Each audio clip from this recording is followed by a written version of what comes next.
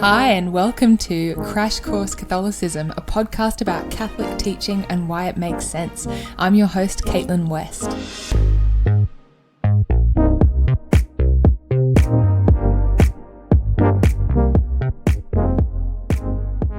Hello and welcome to our third and final episode on the Sixth Commandment. So, in today's episode, we are going to talk about marriage. Marriage is what brings us together today. I'm actually super keen to talk about this topic because I feel like it's something that our society really needs to rediscover, right? The beauty and the goodness of marriage.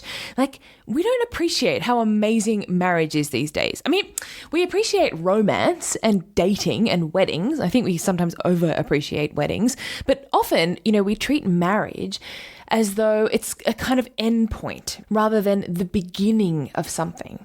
Like, let's think about the order that relationships tend to go in these days. You begin by hooking up, having casual sex, and then you start dating, and then you make it official.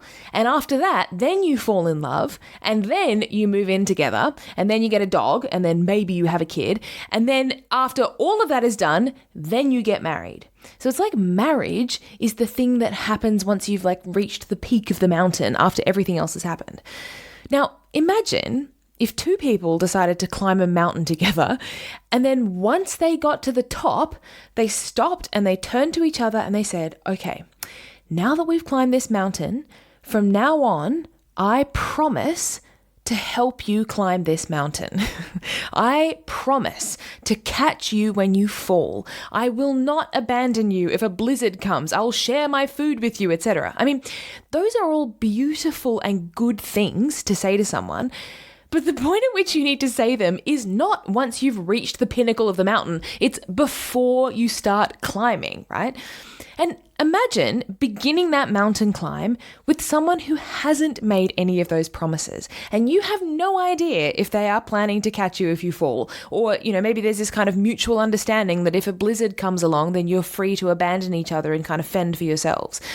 Imagine the likelihood that those two people will reach the peak of the mountain compared with two people who have made the commitment to each other before they have even started climbing.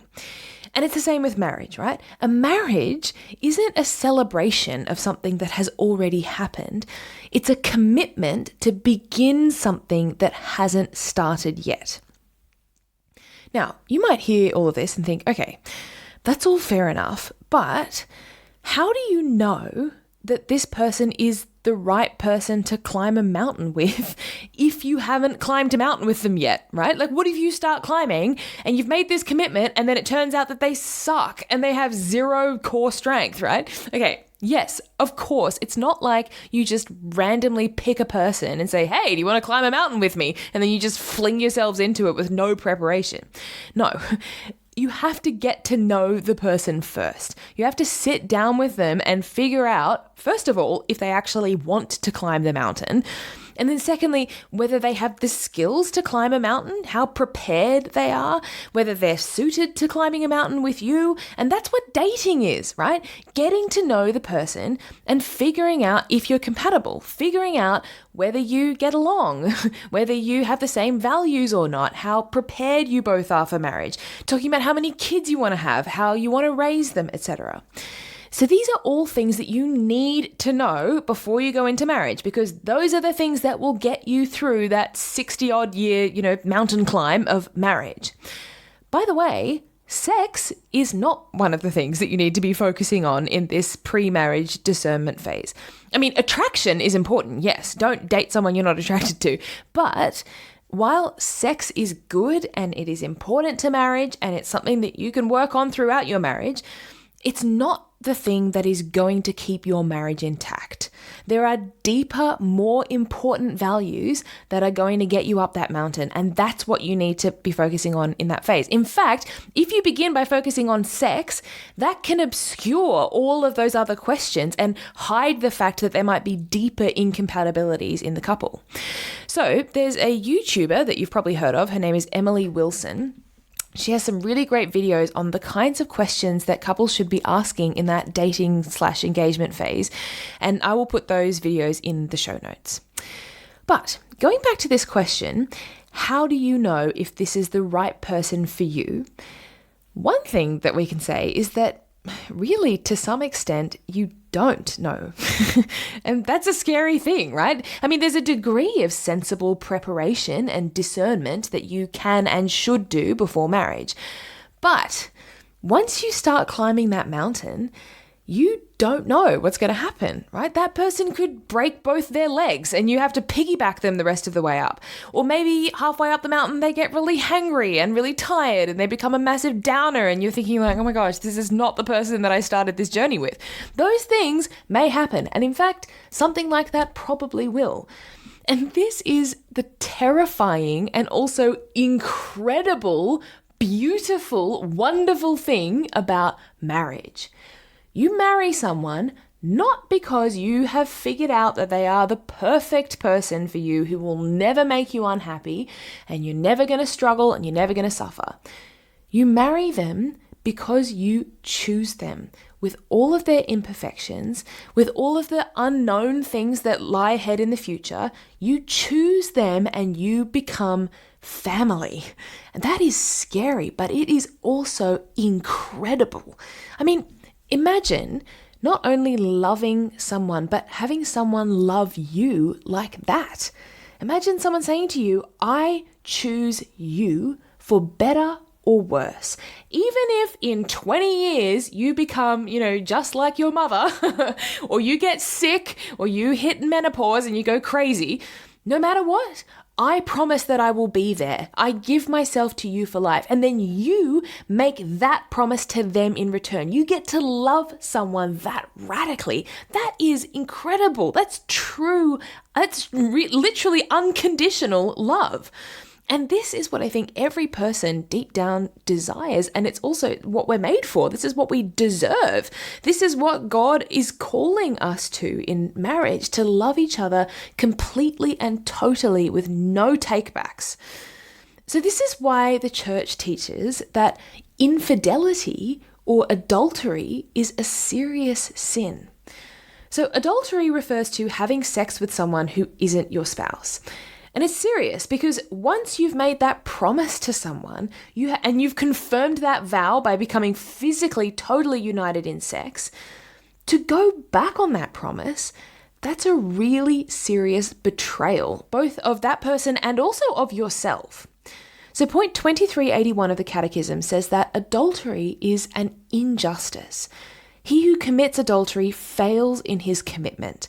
He does injury to the sign of the covenant, which the marriage bond is, transgresses the rights of the other spouse, and undermines the institution of marriage. Now, in Matthew 5:27, Jesus says, everyone who looks at a woman with lust has already committed adultery with her in his heart. So in other words, adultery doesn't just mean having sex with someone who isn't your spouse. It can also include actively fantasizing about someone who isn't your spouse.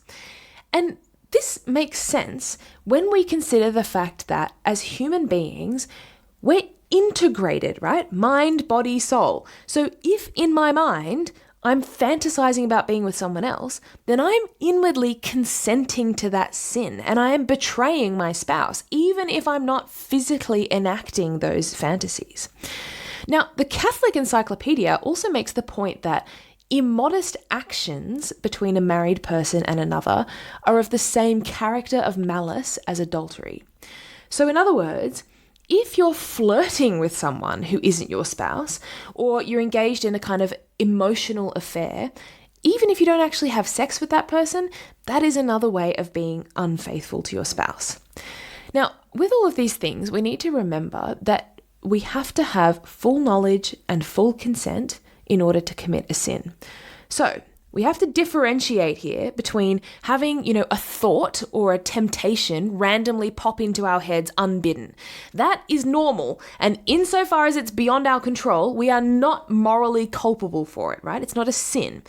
The point at which sin comes into the picture is where I actually make an active, deliberate decision in response to that temptation.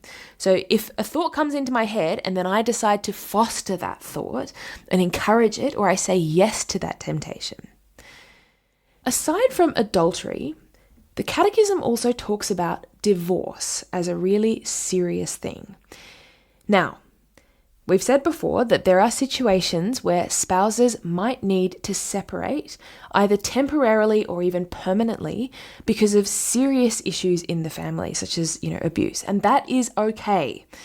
There are also situations where the church may grant something called an annulment.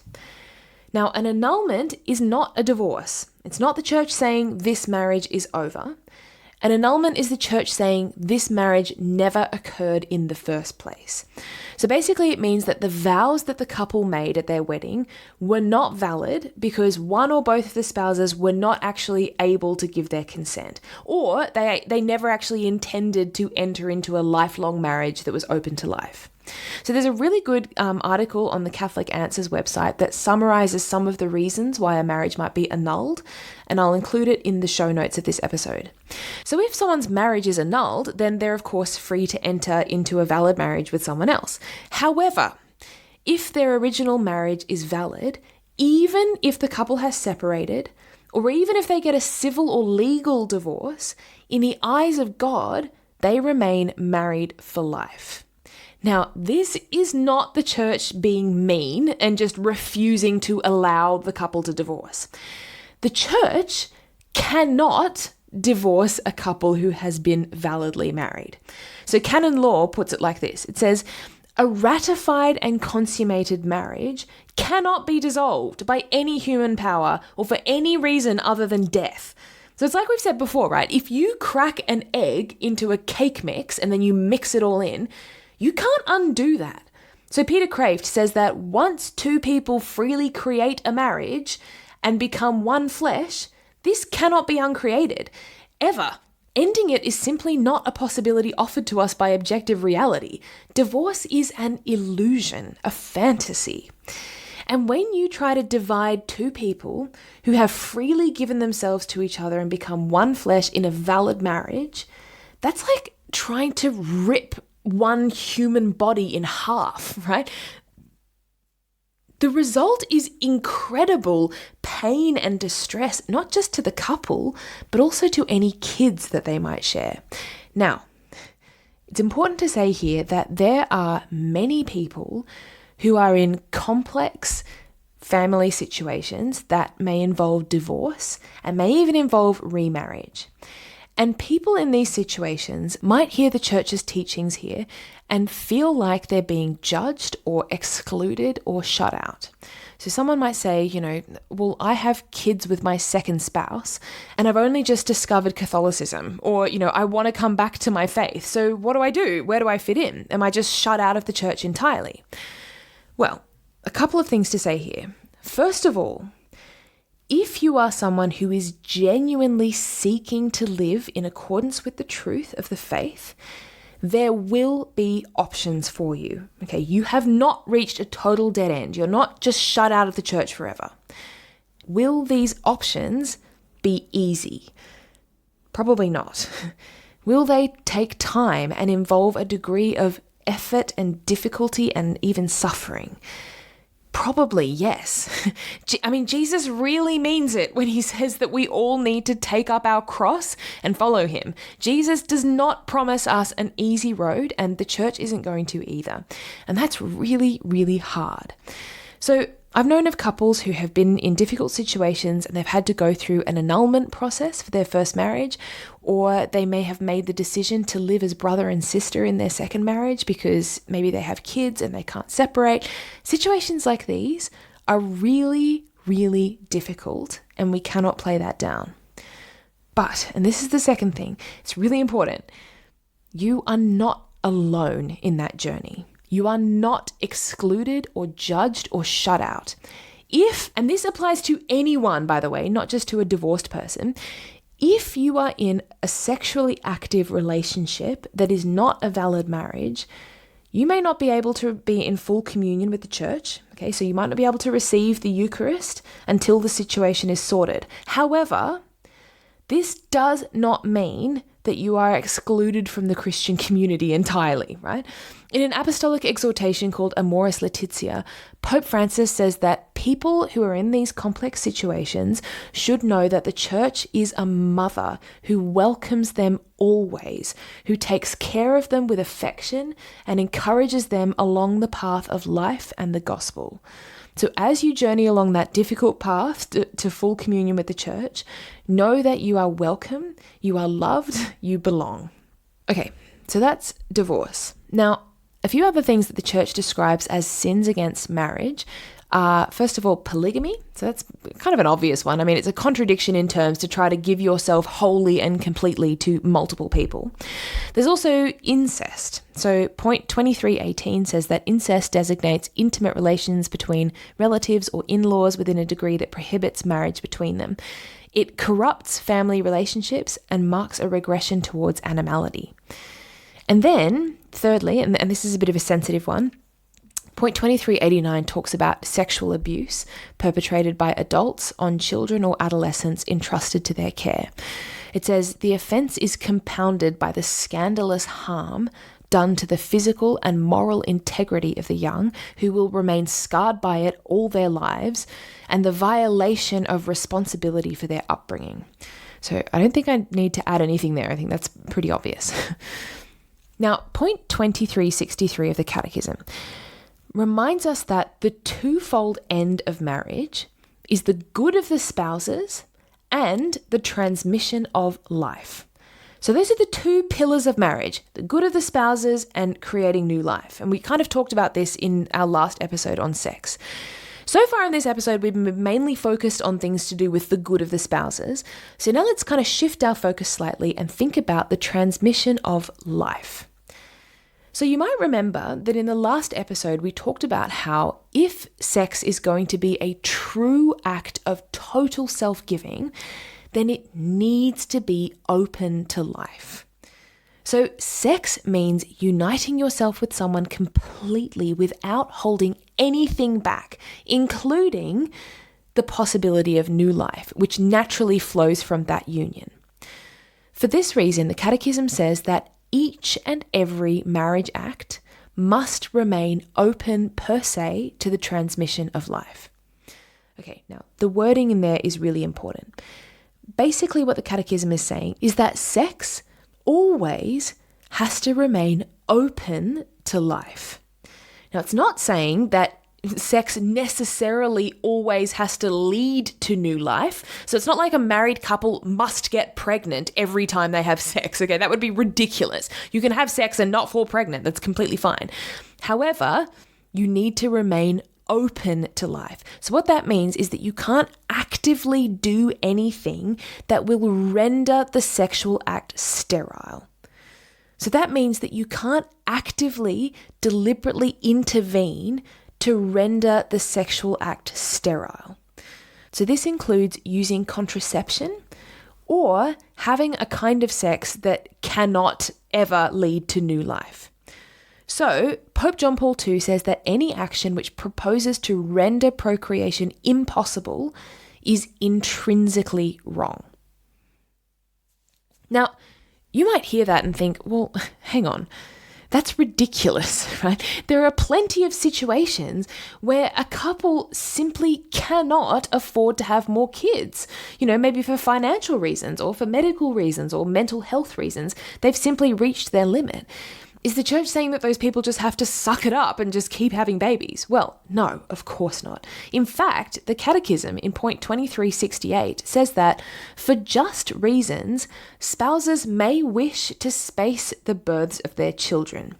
So, there are situations where it might be prudent or even necessary to avoid getting pregnant. This actually happened to my parents. My mum had a serious chronic illness when we were little that meant that she and my dad had to avoid having kids for like 12 years until the illness resolved, and then they had my amazing sister.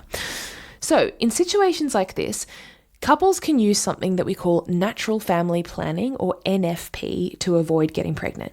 So NFP just means practicing abstinence at times in your cycle when you're fertile. And my mum always talks about how amazing NFP is. She's like, NFP is actually the most empowering, beautiful thing because it means that the couple, both of them, have to learn how to really deeply respect and get to know the woman's body really well. And the Catechism affirms this in point 2370. It says, methods of birth regulation based on self-observation and the use of infertile periods respect the bodies of the spouses, encourage tenderness between them, and favor the education of an authentic freedom. It's really interesting, that use of authentic freedom, because so often we're fed this idea that contraception gives us freedom because we can just have sex whenever we want. But in actual fact, it is the opposite. Contraception teaches us that we can have sex on tap, which encourages us to objectify each other and erodes our self-control and our self-restraint. On the other hand, NFP, it's difficult because it requires effort and self-control from both spouses, but it's so much more respectful and natural and loving than just using a condom so that you don't get pregnant. Now, if you want to think more about NFP and openness to life, there's a video by Christopher West on YouTube and another one by Father Mike Schmitz, and I'll include both of these in the show notes. You might also want to check out Christopher West's book called Good News About Sex and Marriage. Now, the Catechism goes on to say that when it comes to regulating births using NFP, couples should ensure that their desire to avoid pregnancy is not motivated by selfishness, but is in conformity with the generosity appropriate to responsible parenthood. Okay, basically, in summary, what the Church is saying here is, don't be selfish. Okay, don't limit having kids just because you want to be comfortable and you don't want to make any sacrifices. Pope John Paul II says that decisions about the number of children must not be taken only with a view to adding comfort and preserving a peaceful existence. So the point of NFP isn't just to have a nice, comfy life where you have, your 2.5 kids and everything is neat and easy. Big families involve sacrifice and at times discomfort, and it can be hard, right? But they are a good, beautiful thing. Point 2373 of the Catechism says that sacred scripture and the Church's traditional practice see in large families a sign of God's blessing and the parents' generosity. Okay, so they're a fantastic thing. Having said that, we also shouldn't go in the opposite direction and get scrupulous or overly worried about not being generous enough. If you have a legitimate reason to avoid pregnancy, it is okay to abstain from sex at times when you are more likely to get pregnant. Basically, we need to balance the call to generosity with the call to be responsible and prudent parents. In Gaudium et Spes, it says that when couples are considering whether or not to have another kid, they should thoughtfully take into account both their own welfare and that of their children, those already born and those which may be foreseen. They will reckon with both the material and the spiritual conditions of the times. Finally, they will consult the interests of the family group, of temporal society, and of the Church itself. So, in summary, there are many factors to weigh up when it comes to discerning how many kids you should have. It's not just a matter of, everyone needs to have as many kids as they can, otherwise you're being selfish. Big families are a good, beautiful, wonderful thing. And if you can have a big family, that's fantastic. And the Church is waving her pom-poms and cheering you on in that, okay? However, not everyone is in a position where they're able to have a big family, and that does not make you a bad person. Ultimately, it's something that needs to be carefully discerned by the couple in front of God. Now, what about the opposite situation?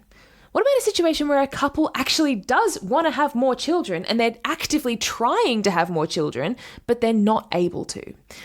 In that situation, is the couple permitted to do things that will increase their chances of having a child? Well, before we can answer that question, first we need to establish a really important point, which is that children are a gift from God.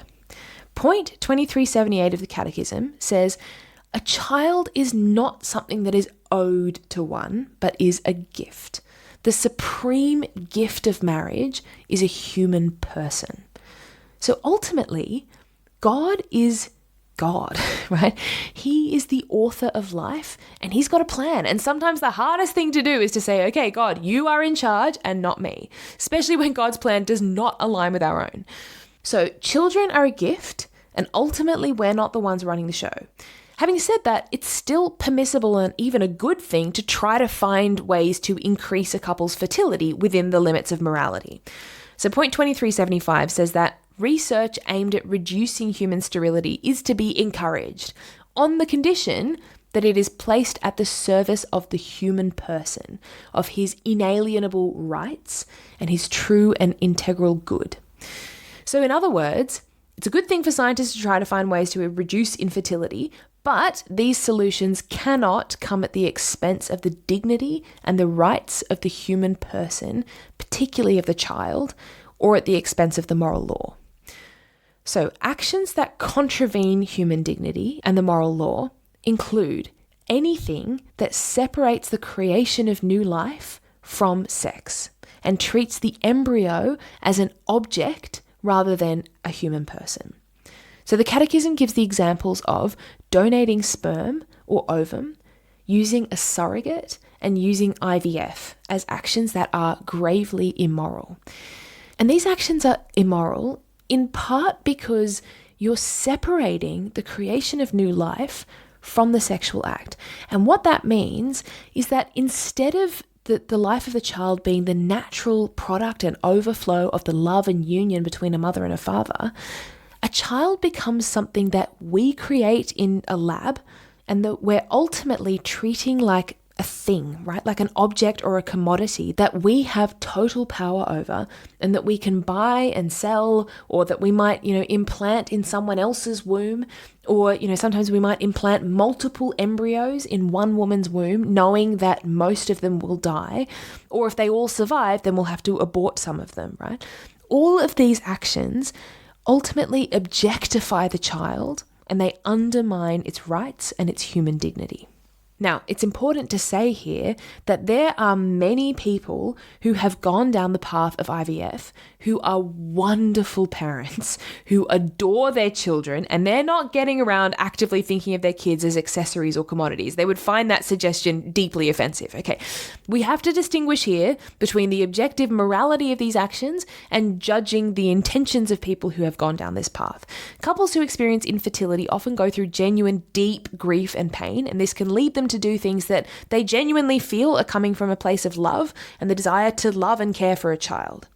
However, we have to come back to this idea that children are a gift from God, not something that we have a right to or something that we should try to have total control over. IVF and surrogacy, etc., these are really complex issues that we don't have time to cover exhaustively here. So I'll include some articles in the show notes that go into more details. Also, if you have any other questions about it, send me an email and I'll add it to my list of things that we can go back to after these episodes on the Catechism are done. Okay, now, here's a fun little bonus question before we wrap up the episode. What is the role of the government when it comes to the regulation of births?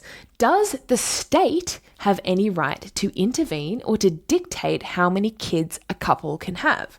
Well, point 2372 says that the state has a responsibility for its citizens' well-being. For that reason, it is legitimate for it to orient the demography of the population. This can be done by means of objective and respectful information, but certainly not by authoritarian coercive measures. The state may not legitimately usurp the initiative of spouses. So, in other words, governments have a right to provide objective information that might influence how many kids a couple has. However, they do not have the right to dictate how many kids a couple has. Ultimately, the freedom and the responsibility of the couple needs to be respected. Okay, woohoo, we got through it. The Sixth Commandment is done. Fantastic. Okay, next episode we're going to talk about the Seventh Commandment. Great, good times. Okay, thanks for sticking with me and have a fantastic fortnight and I will talk to you soon. Bye.